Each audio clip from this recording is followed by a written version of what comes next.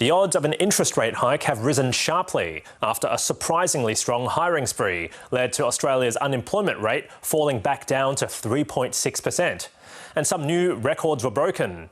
For instance, the participation rate has hit a fresh record high, while the number of people who are employed has risen to 14 million, also its highest level ever.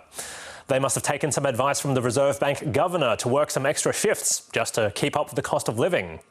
And it was a bit of a roller coaster for the Aussie dollar, which tumbled before those job figures were released. Then it jumped to a 4-month high afterwards, partly because our biggest trading partner, China, has cut interest rates on its medium-term loans in a bid to prop up its flagging economic recovery.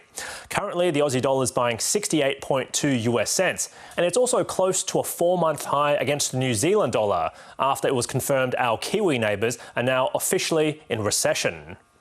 The Aussie share market, meanwhile, rose by 0.2%, with Fortescue Metals and coal miners doing the heavy lifting.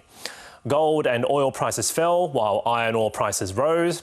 And Asian markets were mostly higher, while Wall Street was flat, even though the US Federal Reserve decided to hit pause on its rate hiking cycle for the first time in more than a year.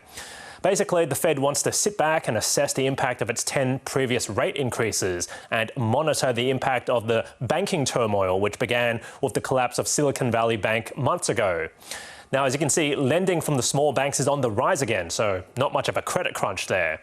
So the Fed also hinted there could be 2 more rate increases ahead, which would increase their chances of recession. And that's finance.